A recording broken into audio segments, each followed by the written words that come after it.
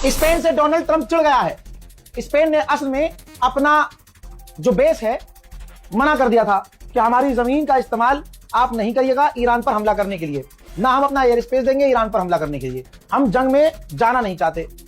ये स्पेन की बात डोनाल्ड ट्रंप को काफी बुरी लग गई। जिस मिजाज का आदमी है वो कुत्ते मिजाज का, तो उसे बुरा लग गया। तो उसने कहा है कि हम स्पेन पर पाबंदी लगाएंगे, मैं टैरिफ लगाऊंगा, और हम सोच रहे हैं कि स्पेन के साथ क्या कर सकते हैं। समझ रहे हैं? तो भाई इसलिए ट्वीट नहीं कर पा रहा है अपना वाला, समझ रहे हो भाई। डरपोक नेक्स्ट लेवल का, हमारा वाला नेक्स्ट लेवल का डरपोक है भाई। कोई पता नहीं कह रहा था कि भाई डायपर पहनता है, टट्टी निकल जाती थी। मेरे दोस्तों बड़ी खबर यह है कि सऊदी अरब, यूएई और कतर, खबर आ रही है, खबर सऊदी अरब, यूएई और कतर तीनों मिलकर ईरान पर स्ट्राइक कर सकते हैं। ठीक है, तीनों ने अपने मुंह से नहीं कहा है, रिपोर्ट आई है कि तीनों बात कर रहे हैं और तीनों बदला लेंगे ईरान से। डोनाल्ड ट्रंप ने कहा कि हमने ईरान की नेवी, ईरान की एयरफोर्स, उसके डिफेंस सिस्टम, रडार सब खत्म कर दिए हैं। जी हाँ, उसने कहा है, और कहा है कि ईरान यूएई और अरब देशों पर ऐसे हमला कर रहा है, वहां मौजूद होटल और सिविलियंस को टारगेट कर रहा है। हम ऐसा नहीं करते।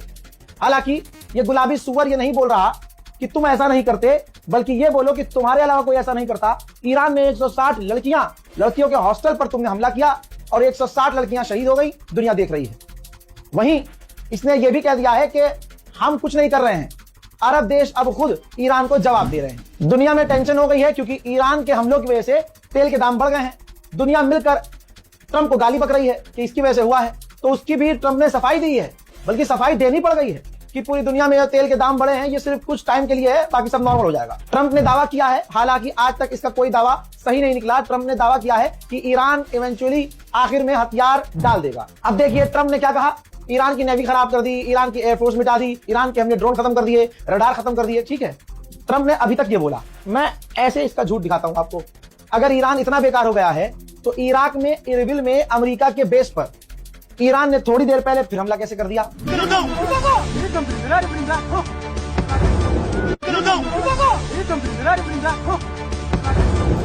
बहुत जल्दी ऐलान कर रहा हूं, मैं भी, सुन लीजिए।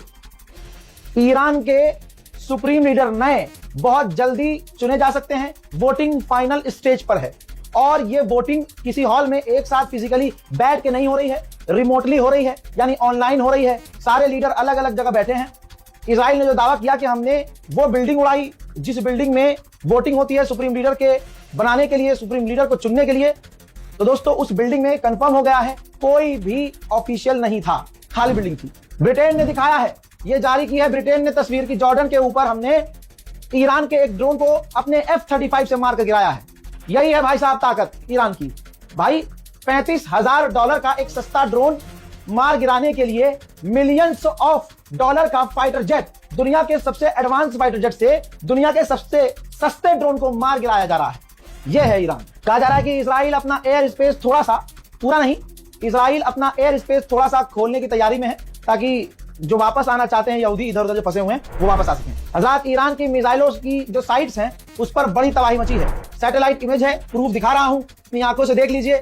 ईरान की जो सैटेलाइट इमेज है वो दिखा रही है कि ईरान के जो मिसाइल वाले एरिया हैं जहां से ईरान मिसाइल लॉन्च करता है, रॉकेट लॉन्च करता है, वहां पर तबाही मची है, जला कटा आपको नजर आ रहा होगा। अमेरिका और इजराइल ने मिलकर ईरान की मिसाइल्स को निशाना बनाया है, मिसाइल लॉन्चर्स को निशाना बनाया है। इजराइल ने लेबनान के एक ऑफिशियल थे, कुछ फोर्स के कमांडर जो लेबनान के लिए थे लेकिन तेहरान में थे, तो इजराइल ने बताया कि हमने उनको निशाना बनाकर कत्ल कर दिया है। इजराइल ने ईरान को या ईरानी फाइटर्स को अगले 24 घंटे तक का समय दिया है कि जो भी ईरानी या ईरान का लड़ाका लेबनान में है अगले 24 घंटे के अंदर वो लेबनान खाली कर दे, वरना अगले 24 घंटे के बाद उन पर हमला कर दिया जाएगा। ओमान ने कहा है कि अभी भी हम चारों तरफ से सबके टच में हैं, लगातार बात चल रही है और अभी भी मौका है कि बातचीत करके सीज फायर हो सकता है। लीजिए, इजराइल ने माना है कि हमने ईरान की जिस बिल्डिंग को निशाना बनाया जहां सुप्रीम लीडर के लिए चुनाव होता है, उस बिल्डिंग में कोई नहीं था जब हमने हमला किया, कोई भी लीडर नहीं था उस बिल्डिंग में। सिर्फ वही लोग थे जो वोट गिनते थे, वोट की काउंटिंग करते थे, तो वहीं की मौत हुई है जो वोट की काउंटिंग करते थे। कोई लीडर, कोई मौलवी, कोई मौलाना मारा नहीं गया है। यूएई के एयर डिफेंस सिस्टम बार बार फेल हो रहे हैं। तस्वीर देख लीजिए, शाहिद ईरान का ड्रोन बड़े तमीज से लहराता हुआ आ रहा है। ये यूएई का इलाका है, अमेरिका और यूएई नहीं रोक पाए और जाकर डायरेक्ट हिट हुआ है यूएई में। ईरान के आईआरजीसी के कमांडर ने बहुत बड़ी धमकी दी है, इशारे इशारे में कहा है कि हमें पता है कि नेतन्याहू कहां मीटिंग करता है। तो ये ईरान इशारा कर रहा है कि नेतन्याहू को दोबारा निशाना बनाया जा सकता है। तुर्की के विदेश मंत्री ने कहा है कि ईरान की स्ट्रेटेजी खतरनाक है। ईरान जिस स्ट्रेटेजी पर काम कर रहा है वो हमें पता है। वो स्ट्रेटेजी ये है कि हम तो डूबेंगे लेकिन तुम्हें साथ लेके डूबेंगे। इसीलिए ईरान आसपास के देशों पर हमला कर रहा है और खासकर ऑयल रिफाइनरी और उनकी एनर्जी साइट पर हमला कर रहा है। ऐसा करने से पूरा इस जंग का और अमेरिका और ईरान और इजराइल की जंग का इफेक्ट पूरी दुनिया पर पड़ेगा और दुनिया पर प्रेशर बनेगा। तो ईरान को जो खोना था खो दिया, जंग करो या मरो की लड़ाई में आगे बढ़ रहा है। हजरात मोहतरम, मैंने हमेशा कहा कोई ईरान का साथ नहीं देगा, ईरान आखिर में अकेला रहेगा।